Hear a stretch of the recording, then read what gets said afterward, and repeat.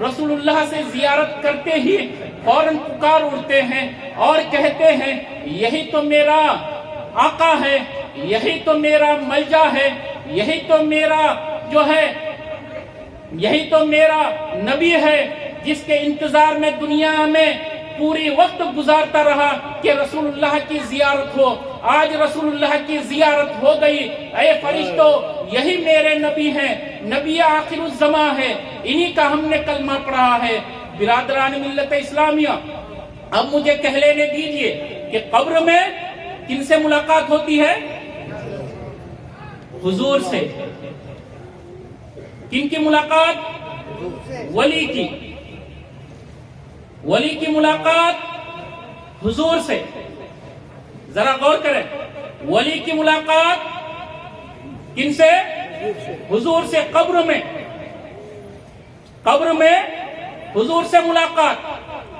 اب آئیے میدان عرفات میں ایک ولیہ کی ملاقات کن سے؟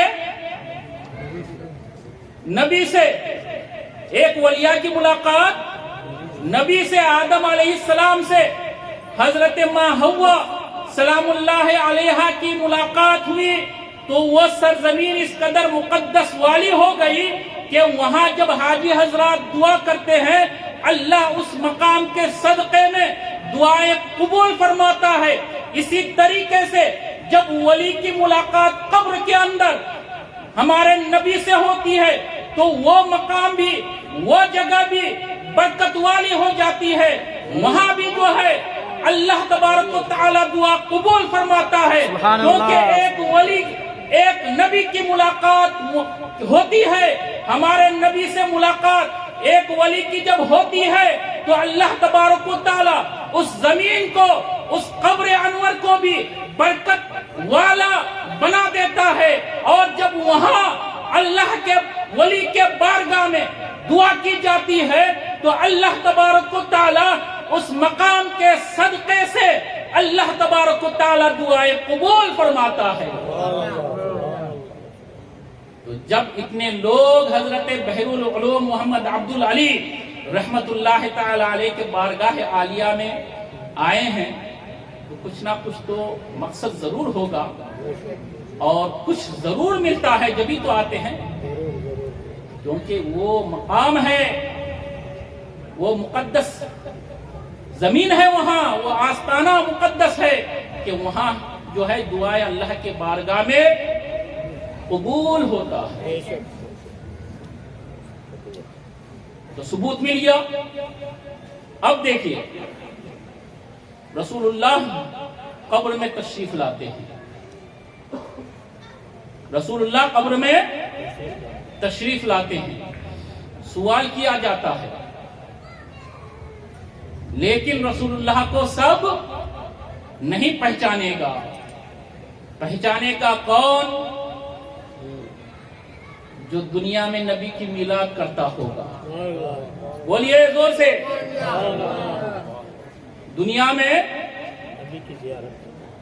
نبی کی میلاد کی محفلیں سجاتا ہوگا، اور نبی کی میلاد جب سجاتا ہے تو ہم یہ تصور کرتے ہیں نبی اپنی محفل میں ضرور تشریف لاتے ہیں۔ نبی اپنی محفل میں ضرور تشریف لاتے ہیں، ہم یہ تصور کرتے ہیں۔ اور جو یہ مانتا ہے کہ نبی اپنی میلاد کی محفل میں تشریف لاتے ہیں لیکن نبی نظر نہیں آتے، ہمارا ایمان، ہمارا عقیدہ کہتا ہے کہ نبی ضرور تشریف لاتے ہیں، تشریف لا سکتے ہیں۔ اللہ نے وہ طاقت و قوت عطا کیا ہے، ہم یہاں نبی کی میلاد منائے تو مدینے سے وہ نبی ضرور تشریف لاتے ہیں۔ یہ مانتے ہیں نا؟ اب جو یہاں مانے گا کہ نبی اپنی میلاد کے محفل میں تشریف لاتے ہیں تو جو یہاں مانے گا وہ قبر میں پہچانے گا، جو یہاں مانے گا وہی قبر میں پہچانے گا، اور جو یہاں نہ مانے گا وہاں قبر میں نہیں پہچانے گا۔ تو یہاں مانو اور وہاں پہچانو، یہاں نظر نہیں آتے وہاں نظر آئیں گے، یہاں نظر نہیں آتے۔ قبر میں نظر آئیں گے رسول اللہ، یہاں بغیر دیکھے مانو اور وہاں دیکھ کر پہچانو، اور یہاں نہ مانو گے، بغیر دیکھے نہ مانو گے تو وہاں دیکھ کر بھی نہیں پہچانو گے۔ اسی لیے اعلیٰ حضرت نے کیا فرمایا؟ اعلیٰ حضرت نے فرمایا کہ آج لے ان کی پناہ، آج مدد مانگ ان سے، آج لے ان کی پناہ، آج مدد مانگ ان سے، کل نہ مانیں گے قیامت میں گر مان گیا، کل نہ مانیں گے قیامت میں گر مان گیا۔ برادران ملت اسلامیہ، تو نبی قبر میں تشریف لاتے ہیں، پہچانیں گے وہی جو عاشق رسول ہوگا، سب نہیں پہچانے گا۔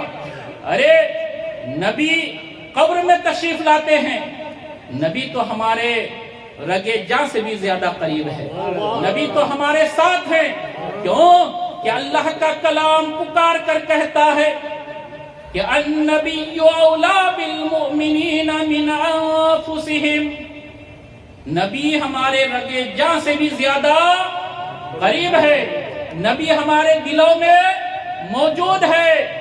اسی لیے کہنے والے نے کیا ہی خوب کہا ہے، میرے مصطفیٰ کا گھر تو ہے مدینے میں، میرے مصطفیٰ کا گھر تو ہے مدینے میں، ہاں مگر وہ رہتے ہیں مومنوں کے سینے میں، ہاں مگر وہ رہتے ہیں مومنوں کے سینے میں۔ برادران ملت اسلامیہ، نبی تو ہمارے دلوں میں موجود ہیں، نبی تو ہمارے رگے جا سے بھی زیادہ قریب ہے۔ النبی اولا بالمؤمنین من انفسہم، اللہ کا کلام پکار کر کہہ رہا ہے مومنوں کے جان سے بھی زیادہ نبی جو ہے قریب ہے۔ برادران ملت اسلامیہ، تو مومن کے لیے یہ دنیا قید خانہ ہے، اور جو ہے قبر جو ہے ان کے لیے ایک جو ہے خوشی کا مقام انہیں حاصل ہوتا ہے، کیونکہ رسول اللہ کی زیارت ہونے والی ہے۔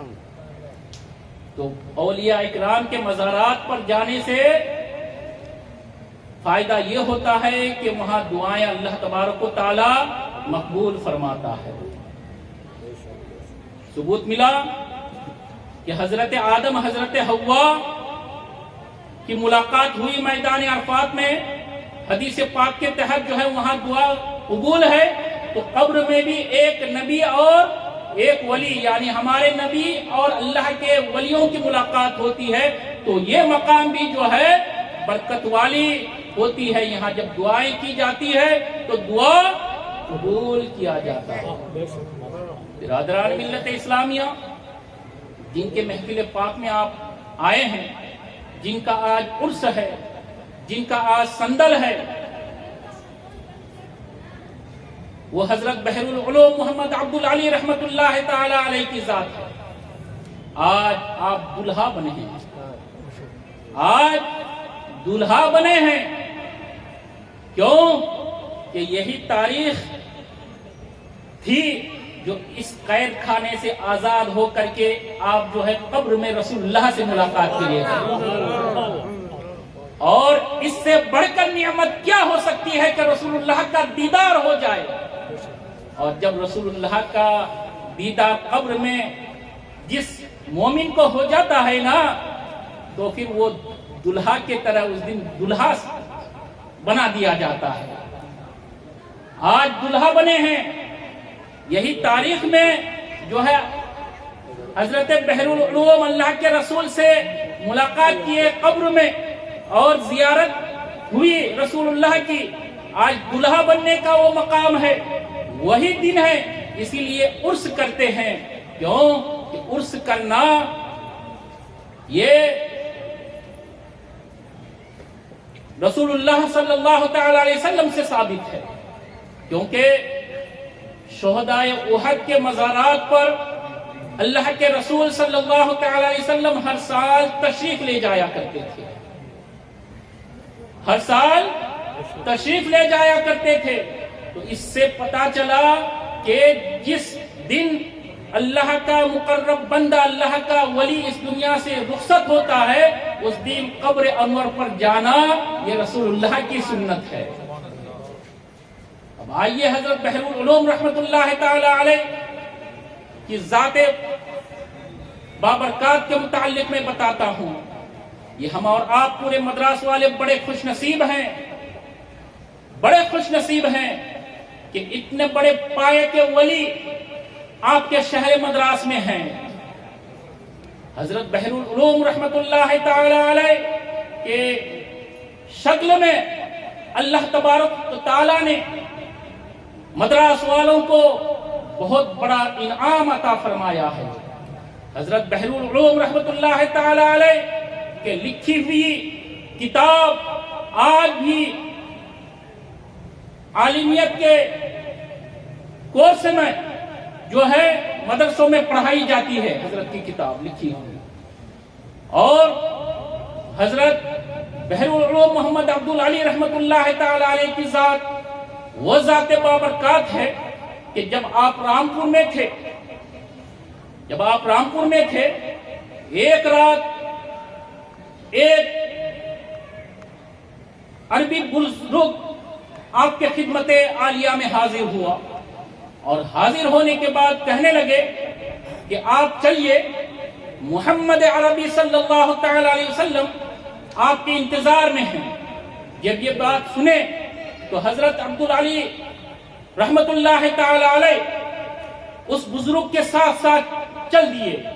جب کچھ مقام پر پہنچے تو کیا دیکھتے ہیں، اللہ کے رسول صلی اللہ تعالی علیہ وسلم وہاں جلوہ افروز ہیں، اور ساتھ میں حضرت ابوبکر صدیق رضی اللہ تعالی عنہ کی ذات ہے۔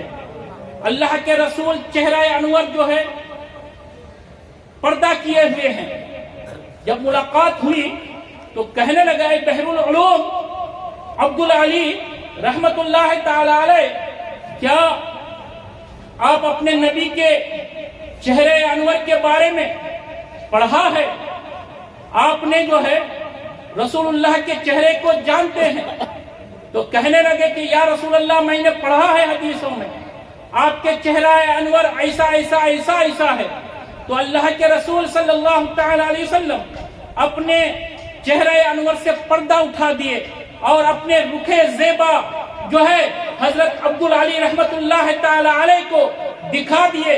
جب عبدالعلی رحمت اللہ تعالی علیہ نے رسول اللہ کے نورانی چہرے کو دیکھے، دیکھتے ہی دیکھتے رہ گئے۔ برادران ملت اسلامیہ، اللہ کے رسول کے حکم پر حضرت ابوبکر صدیق رضی اللہ تعالیٰ عنہ ایک درخت کے نیچے چادر بچھا دیتے ہیں، پھر اللہ کے رسول وہاں بیٹھتے ہیں، حضرت ابوبکر صدیق بھی بیٹھتے ہیں، پھر حضرت عبدالعلی رحمت اللہ تعالی علیہ کو بھی وہاں بیٹھاتے ہیں۔ بیٹھانے کے بعد کہتے ہیں کہ اے عبدالعلی، آؤ میرے ہاتھ میں بیعت کر لو۔ سبحان اللہ، آؤ میرے ہاتھ میں بیعت کر لو۔ اللہ کے رسول صلی اللہ تعالی علیہ وسلم کے ہاتھ میں ہاتھ دے کر کے حضرت بحر العلوم رحمت اللہ تعالی علیہ نے بیعت کی ہے۔ تو یہاں سے اندازہ لگاؤ کہ اللہ کے رسول صلی اللہ تعالی علیہ وسلم سے ملاقات ہوئی ہے حضرت بحر العلوم رحمت اللہ تعالی علیہ کی۔ اور یہاں کے جو سابق نواب والجہ تھے، وہ بھی عاشق رسول تھے۔ اللہ نواب والجہ کا درجہ اللہ بلند فرمائے، علماء اکرام کی خدمت گزار تھے۔ ایک مرتبہ نواب والجہ حضرت بحر العلوم محمد عبدالعلی رحمت اللہ تعالی علیہ کے آستانہ عالیہ پر ملاقات کے لیے پہنچے۔ خبر دی گئی کہ نواب صاحب آئے ہیں۔ حضرت بحر العلوم رحمت اللہ تعالی علیہ بہت دیر کے بعد تشریف لائے۔ دیکھیے، پہلے کے لوگ جو ہے علماء کی قدر کیا کرتے تھے، تعظیم و توقیر کیا کرتے تھے۔ ایک نواب ہو کر کے حضرت عبدالعلی رحمت اللہ تعالی علیہ کے چوکھٹ پر پہنچے ہیں تو اس وقت ویسے ہی فیض بھی حاصل کرتے تھے. اللہ کا احسان کروڑ کروڑ، اس کا احسان مانے تب بھی کم ہے کہ ایسے پائے کہ ہستی جو ہے ہمارے شہر مدراس میں موجود ہے. برادران ملت اسلامیہ، آج بھی آپ کا فیض جاری ہے. جو کن ذہن کے بچے ہوتے ہیں یہاں آپ کے چوکھٹ پر آ کر کے شکر ڈال کر کے جب چاڑتے ہیں تو بچہ ذہن کا تیز ہو جاتا ہے. آج بھی آپ کا فیض جاری ہے. برادران ملت اسلامیہ، تقریر میری آج نہیں ہوگی، تقریر میری کل ہوگی. آج میں آپ لوگوں کے ذہنوں کو چارج کر رہا ہوں، دل کو چارج کر رہا ہوں، کیونکہ حافظ و قاری ریحان صاحب جب یہ ویڈیو کے لیے تیاریاں کی تو سب سے پہلے کیا کیا ہوگا؟ اپنے موبائل کو چارج کیا ہوگا. کیا کیا ہوگا؟ چارج کیا ہوگا. اور اس موبائل کے اندر ایک بیٹری ہے، اس بیٹری کو نکال دو تو بیکار ہے. بیٹری کو ڈالو، چارج فل کر لو. فل کرنے کے بعد پھر اس موبائل سے چاہے کتنا ہی ویڈیو بنا لو، کتنا ہی فوٹو پکڑ لو، اور اگر چارج ہی نہ رہے گا تو موبائل آف ہو جائے گا. اسی لیے آپ آف نہ ہو. آج میں آپ کو چارج کر رہا ہوں، انشاءاللہ کام میں آپ سے لوں گا. کل میں جو ہے آپ سے کام لوں گا کل. برادران ملت اسلامیہ، اسی طریقے سے آپ کا جو دل ہے نا اس کو میں آج چارج کر رہا ہوں. ہمارے اندر بھی ایک بیٹری ہے جس کو دل کہا جاتا ہے. جب وہ چارج ہو جائے گا تو پھر اولیاء اکرام کا فیض بھی آپ تک پہنچے گا. جب میں کوئی بات اولیاء اکرام کا کہوں گا تو آپ کا دل و دماغ میں بسے گا. کیوں کہ یہ جو دل ہے نا، یہ دل جو ہے، اس دل میں جو ہے جب گناہ کرتے ہیں تو ایک سیاہ دھبا پڑ جاتا ہے. حدیث پاک کے مطابق جب ایک گناہ کرتا ہے تو وہ دھبا پڑتا ہے، پھر گناہ کرتا ہے تو وہ دھبا اور پڑتا ہے، پھر گناہ کرتا ہے تو وہ دھبا بڑھتا پورا دل جو ہے کالا ہو جاتا ہے. تو اسی لیے میں بزرگان دین کے بارے میں آج جو ہے آپ کو صرف سمجھا رہا ہوں تاکہ آپ کا دل جو ہے پاک و صاف ہو جائے. بزرگان دین کے فیضان سے انشاءاللہ جب آپ کا دل جو ہے پاک و صاف ہو جائے گا، آپ پورا چارج ہو جائیں گے. پھر میں جب کہوں گا بزرگان دین کی کرامتیں، اولیاء اکرام کی کرامتیں، غوث پاک کا تقوی، خواجہ غریب نواز رحمت اللہ تعالی علیہ کا زہد و تقوی، ان کا کمال، تو پھر آپ کے دل میں برابر جا کر کے بسے گا. رسول اللہ صلی اللہ تعالی علیہ وسلم کے مطابق اگر میں کچھ کہوں گا تو آپ کے دل میں برابر جا کر بیٹھے گا. اسی لیے پہلے میں آج آپ کو جو ہے چارج کر لوں، پھر جو ہے اس دل میں کچھ نہ کچھ کل بساؤں گا. برادران ملت اسلامیہ، خواجہ غریب نواز رحمت اللہ تعالی علیہ کی چھٹی شریف ابھی گزرا ہے، کچھ ہی دن ہوئے. آج چاند کی کیا تاریخ ہے؟ آج چاند کی 12 تاریخ ہے. 6 دن ہوئے. خواجہ کی چھٹی کے بیان وہاں سنے بڑی مسجد میں. آج حضرت کا نظر کرم ہوا کہ اپنے آستانِ عالیہ پر بھی بلا لیا. خواجہ نے یہاں بھیج دیا. جب میرے بارے میں تم تعریف کیے ہو تو میرے غلام بحر العلوم کے بارگاہ میں بھی چلے جاؤ، ان کی بھی تعریف کرو. ایک کو کرو ایک کو چھوڑ دو، یہ کیسے ہو سکتا ہے؟ خواجہ کی تعریف کیا، خواجہ کے کمالات بیان کیا، خواجہ کے کرامات میں نے بیان کیا. خواجہ نے جو ہے بحر العلوم کے آستان عالیہ پر بھی بھیج دیا کہ میری ہی نہیں ان کی بھی تعریف کرو. تو آئیے خواجہ کے بھیجنے پر حضرت بحر العلوم کے آستان عالیہ پر آیا ہوں اور ان کی بھی تعریف کر رہا ہوں. سماعت فرما لیجئے. خواجہ کے بھیجنے پر ان کے آستان عالیہ پر میں حاضر ہوں. خواجہ غریب نواز رحمت اللہ تعالی علیہ وہ ذات بابرکات ہے کہ آپ کے کمالات، آپ کے کرامات جو ہے مشہور ہے. جب خواجہ غریب نواز رحمت اللہ تعالی علیہ ہندوستان کے سرزمین میں تشریف لائے، اجمیر کے دھرتی میں تشریف لائے، آنا ساگر کے قریب آپ نے جو پڑاؤ ڈالا ہے، تو برادران ملت اسلامیہ خواجہ غریب نواز پر پانی بند کر دیا گیا، پانی بند کر دیا گیا. خواجہ غریب نواز نے ایک کٹورا دیا اور کہا جب پانی بھر کے لاؤ. اپنے غلاموں سے کہا، جب پانی بھرنے کے لیے گیا تو چاروں طرف آنا ساگر کا پہرا لگا ہوا ہے، چاروں طرف آنا ساگر کا پہرا لگا ہوا ہے، پانی لینے نہیں دیا. وہ غلام آیا اور آنے کے بعد کہنے لگا کہ یا خواجہ غریب نواز، پانی پر پہرا لگا دیا گیا ہے، پانی بند کر دیا ہے اور پانی لینے نہیں دے رہا ہے. خواجہ غریب نواز رحمت اللہ تعالی علیہ اپنا کاسا عطا کیے ایک غلام کو اور دینے کے بعد کہنے لگے جاؤ آنا ساگر سے کہنا کہ غریب نواز نے بلایا ہے. آنا ساگر سے کہنا غریب نواز نے بلایا ہے. غریب نواز نہیں گئے. غور کرے ذرا میری بات پر. غریب نواز آنا ساگر کے قریب نہیں گئے، غلام کو دیے اور دینے کے بعد کہے کہ آنا ساگر سے کہنا اے آنا ساگر تمہیں خواجہ غریب نواز بلا رہا ہے. جب وہ غلام کٹورا لے کر کے، کاسا لے کر کے آنا ساگر کے قریب پہنچا ہے تو کہا کیا اے آنا ساگر، اے آنا ساگر تمہیں جو ہے غریب نواز بلا رہے ہیں.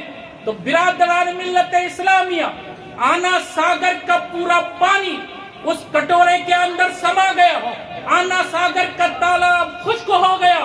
برادران ملت اسلامیہ ذرا غور کرے سنیں، جب آنا ساگر کا پورا تالاب جو ہے ایک کٹورے کے اندر سما گیا، آنا ساگر کے قریب خواجہ نے نہیں گیا، خواجہ کا کٹورا لے جایا گیا.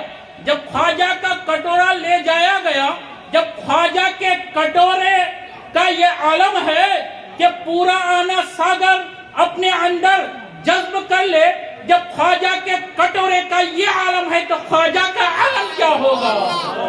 خواجہ کا عالم کیا ہوگا جب ان کے گدا بھر دیتے ہیں شاہان زمانہ کی جھولی، جب ان کے گدا بھر دیتے ہیں شاہان زمانہ کی جھولی. محتاج کا جب یہ عالم ہے مختار کا عالم کیا ہوگا؟ محتاج کا جب یہ عالم ہے مختار کا عالم کیا ہوگا؟ جب آنا ساگر کا پورا پانی کٹورے کے اندر آ گیا، جب خواجہ کے کٹورے کا یہ عالم ہے تو خواجہ کے کٹورے کا یہ عالم ہے تو خواجہ کا کیا عالم ہوگا؟ برادران ملت اسلامیہ اب کہنے والا ہمارے حسین رضی اللہ تعالی عنہ پر کچھ اعتراض کرتا ہے کہ امام حسین رضی اللہ تعالی عنہ پر کربلا کے سرزمین میں پانی بند کر دیا تھا، پانی بند کر دیا. کہنے والا یہ کہتا ہے کہ بھوکے پیاسے جو ہے امام حسین اپنے عزیز و اقارب کے ساتھ شہید ہو گئے، ایک بوند پانی بھی نہ ملا. برادران ملت اسلامیہ میں کہتا ہوں کہ اگر حضرت امام حسین کربلا کے مقام پر نہر فرات کو ایک بار حکم دیتا تو پورا نہر فرات اہل بیت کے خیمے کے ایک کٹورے کے اندر جذب ہو جاتا، ایک کٹورے کے اندر جذب ہو جاتا. لیکن حضرت امام حسین نے ایسا نہیں کیا. کیوں؟ اس لیے کہ وہاں امتحان تھا. کربلا کی زمین حضرت امام حسین کے لیے امتحان تھا، امتحان میں کامیاب ہونا تھا. وہاں حضرت امام حسین استقامت سے کام لیا، استقامت سے کام لیا. ذرا ذہن کو حاضر کریں، استقامت سے کام لیا. کیوں؟ کہ وہاں دین کو بچانا تھا، وہاں دین کو بچانا تھا. اور یہاں اجمیر کے سرزمین میں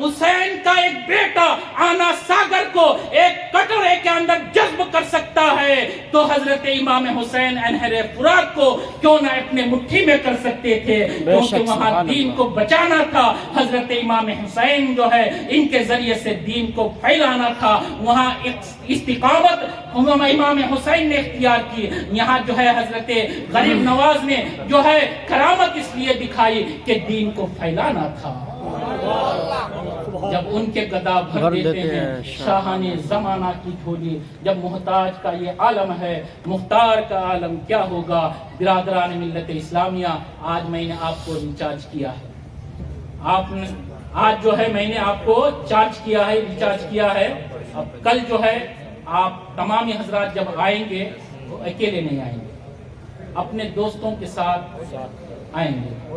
کون کون لے کے آئیں گے؟ ہاتھ اٹھائیے سر۔ کوشش کریے گا، اللہ والوں کے دربار میں آنا سب کا کام نہیں ہے، اللہ والوں کے دربار میں آنا سب کا کام نہیں ہے۔ اللہ جسے چاہتا ہے وہی آتا ہے اولیاء اکرام کے دربار میں۔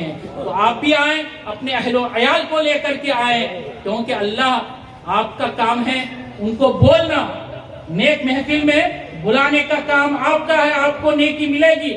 آنا نہیں آنا یہ اس کا کام ہے، تو لہٰذا میں نے آج جو ہے چارج کر دیا ہے، اور کل جو ہے انشاءاللہ اہل بیت اطہار کے بارے میں انشاءاللہ وہ بیان ہوگا